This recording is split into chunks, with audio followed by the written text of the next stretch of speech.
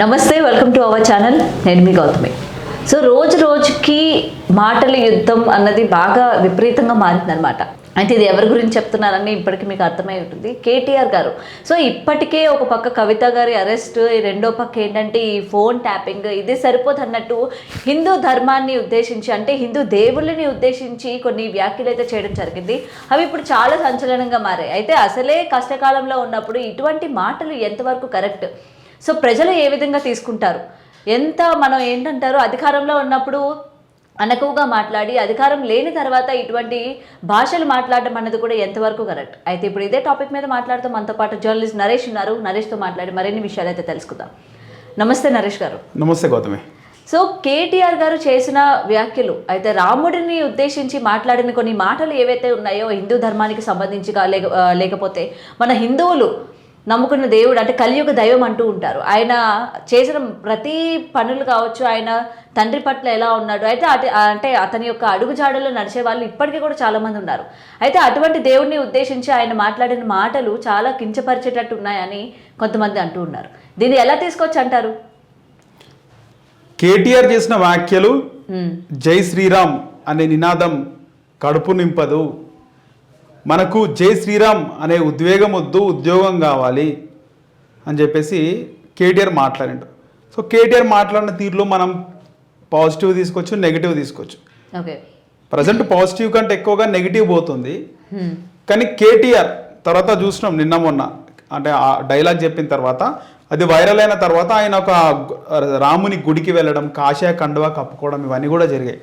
నేను ఇలాగ వీడియో చేసి కేటీఆర్ కాషాయ కండువా కప్పుకున్నాడు, ఏ గుడికి పోయిండు అన్నప్పుడు పక్కన ఒక వేరే వ్యక్తి ఉన్నాడు. ఆయన అన్నాడు, జై శ్రీరామ్ నీ పైన నెగిటివ్ కామెంట్స్ చేసిండన్న, ఊరుకుంటారా, దెబ్బకి పోయి కేటీఆర్ ఆ కాషాయ కండువా కప్పుకున్నాడు, రాముని దర్శించుకుంటూ అన్నాడు.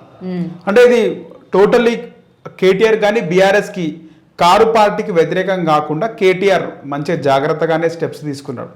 కాకపోతే కేటీఆర్ మాట్లాడిన మాటలు చూసుకుంటే ముందన్నట్టు నేను పాజిటివ్ తీసుకోవచ్చు, నెగిటివ్ తీసుకోవచ్చు. కేటీఆర్ ఏమన్నాడంటే జై శ్రీరామ్ అనే మాట కడుపు నింపదు అన్నాడు. ఎందుకంటే మనం చూస్తున్నాము భారతీయ జనతా పార్టీ ఒక హిందుత్వ పార్టీ, హిందువుల కోసమే పుట్టిన పార్టీ, హిందుత్వాన్ని కాపాడవలసిన అవసరం ఉందని ఒక పుట్టిన పార్టీ, నిజంగా హిందుత్వాన్ని కోసం పోరాడుతున్న పార్టీ, మంచి సిద్ధాంతం ఉన్నటువంటి పార్టీ. ఆ పార్టీలో ఇప్పటివరకు నేను ముఖ్యంగా తెలంగాణలో చూసుకున్నా, దాదాపు మొన్న 21% ఓటు బ్యాంక్ వచ్చింది తెలంగాణలో. ఉమ్మడి ఆంధ్రప్రదేశ్ ఉన్నప్పటి నుంచి టీడీపీతో పొత్తులో భాగంగానే బీజేపీ ఎమ్మెల్యేలు గెలుస్తుండే. బీజేపీకి సొంత ఓటు బ్యాంక్ లేదు, కానీ అందులో ఉన్నటువంటి క్యాడర్ ఎప్పుడు కూడా వేరే పార్టీలో చేరిన సందర్భాలు చాలా తక్కువ. అంటే భారతీయ జనతా పార్టీ నాయకులైనా, కార్యకర్తలైనా, అభిమానులైనా ఎవ్వరు కూడా ఒక సిద్ధాంతం నమ్ముకున్నటువంటి వ్యక్తులు ఉంటారు. అంత ఈజీగా పార్టీ మారరు. అలాంటి భారతీయ జనతా పార్టీ నాయకులైనా, కార్యకర్తలైనా, సానుభూతి పరులైనా ఎవరైనా వాళ్ళు జై శ్రీరామ్, భారత్ మాతాకి జై అనే నినాదాలు చేస్తుంటారు. వాళ్ళకి అవి ఇష్టం. నిజంగా రూరల్ ప్రాంతాల్లో కూడా కొన్ని ఓట్లు పడతాయి. బీజేపీ గతంలో ఓట్లు పడడం జరిగింది. అంటే ఎవరైతే బాగా హిందూజం భావాలు ఉంటాయో, దేవుని బాగా నమ్ముతారు, ఈ దేశాన్ని అంటే పాకిస్తాన్ కానీ, కజకిస్తాన్ కానీ, ఆఫ్ఘనిస్తాన్ కానీ ఇలాంటి దేశాల నుంచి కాపాడే భారతదేశం ఒక హిందుత్వ భావాలు ఉన్నటువంటి వ్యక్తులందరూ కూడా బీజేపీని సపోర్ట్ చేస్తూ ఉంటారు. ముఖ్యంగా ఈ దేశానికి ప్రధానిగా నరేంద్ర మోదీ అయినప్పటి నుంచి ఇంకెక్కువగా అంటే హిందూజం భావాలున్న వ్యక్తులందరూ బయటకు వచ్చి నిజంగా నమ్మినట్టుగానే ప్రధాని మోదీ పరిపాలన కూడా ఉంది. అయితే ఇక్కడ ముఖ్యంగా ఈరోజు కేటీఆర్ గారు మాట్లాడిన తీరు చూస్తే నిజంగా ఆయన అన్న మాటల్లో జై శ్రీరామ్ అనే నినాదం తిండి పెడుతుందా, తిండి పెట్టదు అని చెప్పి ఆయన అన్నాడు. నిజంగా తిండి పెడుతుందా, తిండి పెట్టదా అనే విషయానికి వస్తే ఇక్కడ ముఖ్యంగా బీజేపీలో కార్యకర్తలు, అంటే రాజకీయంగా ఎదగలేని కార్యకర్తలు, ఏ పార్టీలోనో కార్యకర్తలు ఎదగరు. ఆ పార్టీ నాయకుని గెలుపు కోసం పనిచేస్తారు, కానీ పార్టీ కార్యకర్తలు ఎదిగిన శాతం చాలా తక్కువ. 100%లో 5% ఎదుగుతుండొచ్చు, కానీ మిగతా వాళ్ళందరూ కూడా కార్యకర్తల్లాగానే మిగిలిపోతారు. కొంతమంది నాయకులు వాళ్ళ స్వార్థ ప్రయోజనాల కోసం పార్టీ మారుతుంటారు. ఇక్కడ ఆయన జై శ్రీరామ్ అనే నినాదం కూడుబెట్టదు, మనకి అన్నం పెట్టదు అని మాట్లాడిన మాటలో చాలామంది అంటే డైరెక్ట్గా చెప్పాలనుకుంటే ఇక్కడ నాయకులందరూ పార్టీ మారుతున్నారు, కానీ కార్యకర్తలు అక్కడే ఉండిపోతున్నారు. ఇలాంటి కార్యకర్తలను ఏదైతే స్వార్థపరులైన నాయకులు వాడుకుంటున్నారు అనేది కేటీఆర్ ఉద్దేశం. వాస్తవానికి మనం చూసుకుంటే కనుక ఇక్కడ బీజేపీ జై శ్రీరామ్ భారత్ మాతాకి జై అనే స్లోగన్ ఇస్తుంది. ఒకవైపు టిఆర్ఎస్ అంటే బీఆర్ఎస్ పార్టీ జై తెలంగాణ ఆ పార్టీ అంటే మొన్నటి వరకు టీఆర్ఎస్ ఉండే కాబట్టి ఎక్కడ ఏది జరిగినప్పటికీ కూడా జై తెలంగాణ అనే ఒక నినాదం ఇస్తుంది. అంటే మిగతా వాళ్ళకి తెలంగాణ ఇష్టం లేదని కాదు, అది ఆ పార్టీ స్లోగన్. సేమ్ ఇక్కడ భారతీయ జనతా పార్టీ జై శ్రీరామ్ అది ఈ పార్టీ స్లోగన్. ఇది వేరే వాళ్ళకి రాముడు ఇష్టం లేదు అనే ఉద్దేశం ఉండదు, కానీ ఇది పార్టీ స్లోగన్ అనమాట. ఇక్కడ చాలామంది ఇప్పుడు తెలంగాణ మూమెంట్లో అమరులైన వాళ్ళందరూ కూడా చిన్న స్థాయి కార్యకర్తలే. ఎక్కడ పెద్ద రాజకీయ నాయకుడు కానీ ఇక్కడ అంటారు కదా కేసీఆర్ కానీ కేసీఆర్ కుటుంబంలో వ్యక్తులు కానీ అప్పుడు ఉన్నటువంటి ఎమ్మెల్యేలు ఎంపీల కుటుంబాలు కానీ కొడుకులు కానీ ఎవ్వరు కూడా అమరులు కాలేదు, చనిపోలేదు తెలంగాణ కోసం. సామాన్య కార్యకర్తలే చనిపోయినారు. సేమ్ ఇక్కడ కూడా భారతీయ జనతా పార్టీలో మన తెలంగాణలోనే కాదు దేశవ్యాప్తంగా యూపీలో అల్లర్లు, మహారాష్ట్రలో బీహార్లో అల్లర్లు జరుగుతుంటాయి. అక్కడ నష్టపోయేది ప్రాణాలు పోగొట్టుకునేది కింది స్థాయి కార్యకర్తలే. వాళ్ళందరినీ ఉద్దేశించి మనం జై శ్రీరామ్ అంటాము, ఉద్యోగాల కోసం పోవాలి మనము, జై శ్రీరామ్ మనకు అన్నం పెట్టదు అనే ఉద్దేశంతో కేటీఆర్ అన్నాడు. మీరు చూసుకుంటే ఇక్కడ తెలంగాణలో చూసుకుంటే బండి సంజయ్ లాంటి ఒక బీసీ నాయకుడు ఎప్పుడు భారతీయ జనతా పార్టీ చరిత్రలో తెలంగాణలో ఇన్ని ఓట్లు పడలేదు, తెలుగు రాష్ట్రాల్లో ఇంత ఓటింగ్ శాతం లేదు. అలాంటి భారతీయ జనతా పార్టీని ఇంత ఓటు బ్యాంక్ తెచ్చుకునే విధంగా బండి సంజయ్ అనే వ్యక్తి అన్ని పక్కకు పెట్టి అంటే లాబింగ్ కానీ ఇంటర్నల్ కనెక్షన్స్ అన్ని పక్క పెట్టి నేరుగా కేటీఆర్ పైన ఒక యుద్ధం ప్రకటించిండు. ఖచ్చితంగా ఆయన గనక ఒక అధ్యక్షుని హోదాలోనే తెలంగాణలో 2023 ఎన్నికలకు పోతే ఖచ్చితంగా భారతీయ జనతా పార్టీకి 30 సీట్లు వచ్చేటి. కానీ ఇక్కడ భారతీయ జనతా పార్టీ పోరాడుతున్న నాయకుని పక్క పెట్టి సౌమ్యుడైన కిషన్ రెడ్డిని పెట్టినారు. చాలా మంది కిషన్ రెడ్డి కేసీఆర్ చెప్తేనే కిషన్ రెడ్డిని పెట్టినారని కూడా వాదనలు వచ్చినాయి. అందులో నిజం కూడా ఉండొచ్చు. కానీ ఎక్కడ బహిరంగంగా బీజేపీ బీఆర్ఎస్ పైన కొట్టాడలేదు, పోరాడలేదు. అయినప్పటికీ 8 సీట్లు కైవసం చేసుకుంది. మంచి మంచి నాయకులు ఓడిపోయినారు. రఘునందన్ రావు ఓడిపోయాడు, బండి సంజయ్ ఓడిపోయాడు, ఈటెల రాజేందర్ ఓడిపోయాడు, మంచి హేమాహేమీలు ఓడిపోయినారు. వాళ్ళందరూ కూడా గెలిచింటే ముఖ్యంగా హైదరాబాద్లో కూడా చాలా వరకు సెకండ్ ప్లేస్ వచ్చింది బీజేపీ. వాళ్ళందరూ గెలిచింటే ఖచ్చితంగా 30 సీట్లు బీజేపీకి వస్తుండే. ఇక్కడ కేటీఆర్ చెప్పిన డైలాగ్ ఇక్కడికి వర్తిస్తుంది. అంటే జై శ్రీరామ్ అనే నినాదం తిండి పెట్టదు అన్నాడు కదా.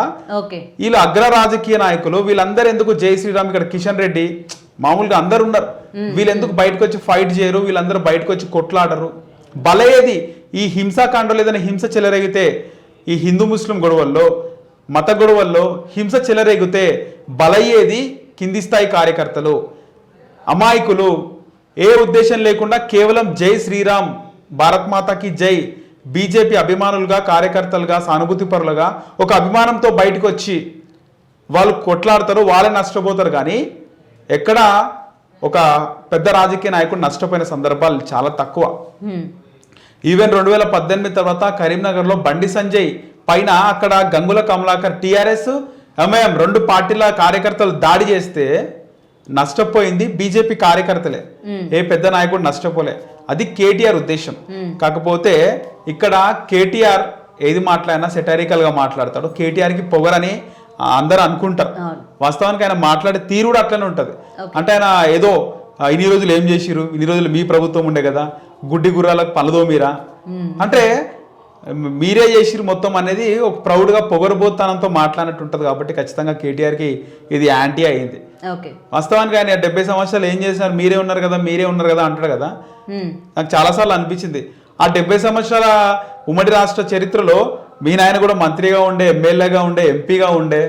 మీ నాయన కూడా కేసీఆర్ గారు కూడా గత ప్రభుత్వాలు ఉన్నారు కదా, గత తెలుగుదేశం పార్టీ ప్రభుత్వంలో ఉండు, అంతకుముందు కాంగ్రెస్ ప్రభుత్వంలో కూడా ఆయన ఉన్నాడు. సో కేటీఆర్ మాట్లాడిన తీరు ఇది వైరల్ అయింది. కాకపోతే కేటీఆర్ మాట్లాడిన తీరు ఇక్కడ కేటీఆర్ని మేము సమర్థిస్తలేము. కాకపోతే కేటీఆర్ మాట్లాడిన దాంట్లో పాజిటివ్ ఉంది, నెగిటివ్ ఉంది. కాకపోతే ఈ టైంలో ఎన్నికల టైంలో అలా మాట్లాడడం ఇది ఇంకా బీజేపీ కూడా ఎక్కువగా రాజకీయం చేయదలుచుకోలేదు. బీజేపీ కనుక దీన్ని స్ట్రాటజికల్ గా కేటీఆర్ మాట్లాడిన తీరుని రాజకీయం చేయాలనుకుంటే ఖచ్చితంగా ఇది కేటీఆర్ కి పెద్ద మైనస్. కానీ ఇప్పుడు మీరు చెప్పినట్టు చాలా వరకు ఇది ఏంటంటే కొంతమంది నెగిటివ్ గా తీసుకుంటున్నారు, కొంతమంది పాజిటివ్ గా తీసుకుంటున్నారు అన్నారు కదా. ఎక్కడ కూడా ఇంకా వైరల్ అవ్వలేదు ఇది. అవును, అయితే మీరు అన్నట్టు పాజిటివ్ గా తీసుకునే వాళ్ళకన్నా నెగిటివ్ గా తీసుకునే వాళ్ళే చాలా ఎక్కువ మంది ఉన్నారు. సో ఇటువంటి అంటే ఇప్పుడు ఆల్రెడీ మనం చూస్తూ ఉన్నాం కదా, ఇప్పుడు ప్రతి ఒక్క నాయకుడు ఏంటంటే దేవుళ్ళని మధ్యలోకి తీసుకురావడం, ఈ మెయిన్ గా ఏంటంటే హిందూ ఈ మతాన్ని తీసుకురావడం అన్నది బాగా కామన్ అయిపోతూ ఉంటుంది ప్రతి ఒక్క నాయకుడికి కూడా. ఇది ఎందుకంటారు అంటే దేవుళ్ళకి పొలిటికల్ లీడర్స్ కి అంటే పొలిటికల్ కి ఏంటి అసలు సంబంధం ఏంటి? అసలు తీసుకొచ్చి మంచిదే అంటారా? అసలు తీసుకురావడం కరెక్ట్ అంటారా? వాస్తవానికి దేశంలో చాలా మందికి ఒక ఉద్దేశం ఉంది. అసలు ఈ భారతదేశం హిందూ దేశం, ఈ హిందుస్థాన్ పై గతంలో అంటే కొన్ని వందల సంవత్సరాల క్రితం బయట నుంచి ముఖ్యంగా ముస్లిం రాజులు, నవాబులు, హైదరాబాద్ని పాలించినటువంటి రాజులందరూ కూడా బయట నుంచి వచ్చి హిందూ దేశాన్ని, మన భారతదేశాన్ని ఆక్రమించారు. ఇది మొత్తం హిందువుల దేశం. అలాంటి దేశంలోకి ముస్లింలు వచ్చినారు, తర్వాత క్రిస్టియన్స్ వచ్చినారు, మతబోధన చేసినారు. ఇది మన దేశం, మన హిందువుల దేశం అన్నది ఒకటి ఉంది. ఇక్కడ పాకిస్తాన్ విడిపోయినప్పుడు పాకిస్తాన్లో ఉన్నటువంటి హిందువులందరినీ కూడా అక్కడ నుంచి వెళ్ళగొట్టిన సందర్భాలు మన సినిమాల్లో కూడా చూస్తాం. కానీ ఇక్కడ నుంచి ఇదే ముస్లింలను వెళ్ళకూడదాం అనుకున్నప్పుడు ముఖ్యంగా గాంధీ తాత లాంటి వాళ్ళు ఎంతోమంది స్వాతంత్ర సమరయోధులు వద్దు, వాళ్ళు ఉండనివ్వండి ఇక్కడే అనే ఒక మాట చెప్పడం జరిగింది. సో ఇది అప్పటి నుంచి హిందూ దేశంతో పాటు ఒక సెక్యులర్ దేశంగా ఉంది. అంటే సెక్యులరిజం అంటే సర్వం అన్ని మతాలు ఒకటే అనే ఒక నినాదం ఉంటుంది కదా. సో అన్ని మతాలు ఒకటే, ఈ భారతదేశంలో అన్ని మతాలు ఉండొచ్చు అనే ఒక మాట ఇది ఒక శాసనం చేయడం జరిగింది. సో అప్పటి నుంచి ఇక్కడ వేరే మతస్థులు ఉన్నారు, అంటే ముస్లిమ్స్ ఉన్నారు, క్రిస్టియన్స్ ఉన్నారు, వీళ్ళందరూ ఉండడంతో పాటు ముఖ్యంగా హిందువుల పైన దాడులు ఇంకా జరుగుతున్నాయి. అంటే ఇది హిందువులకి ఉద్దేశం ఏంది? ఇది మా దేశము, మా దేశంలో మీరు బయట నుంచి వచ్చి మా పైన మీ దౌర్జన్యం ఏంది అనే విధంగా మత ఘర్షణలు జరగడం జరిగింది. అయితే ఈ మత ఘర్షణల నుంచే పుట్టింది భారతీయ జనతా పార్టీ. ఓకే.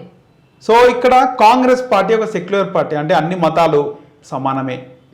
కానీ ఇక్కడ భారతీయ జనతా పార్టీ హిందువుల కోసమే పుట్టినటువంటి పార్టీ. ఇక్కడ తెలంగాణలో టీఆర్ఎస్ తెలంగాణలో అన్యాయం జరుగుతోంది.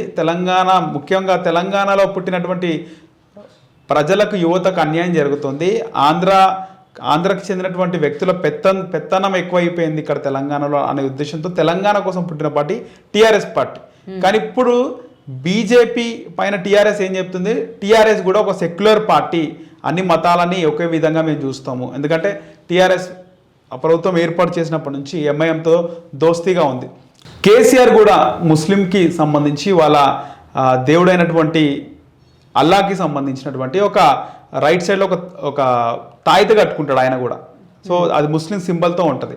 ప్లస్ టీఆర్ఎస్ కండువా పైన కూడా ఉర్దూలో ఉంటుంది.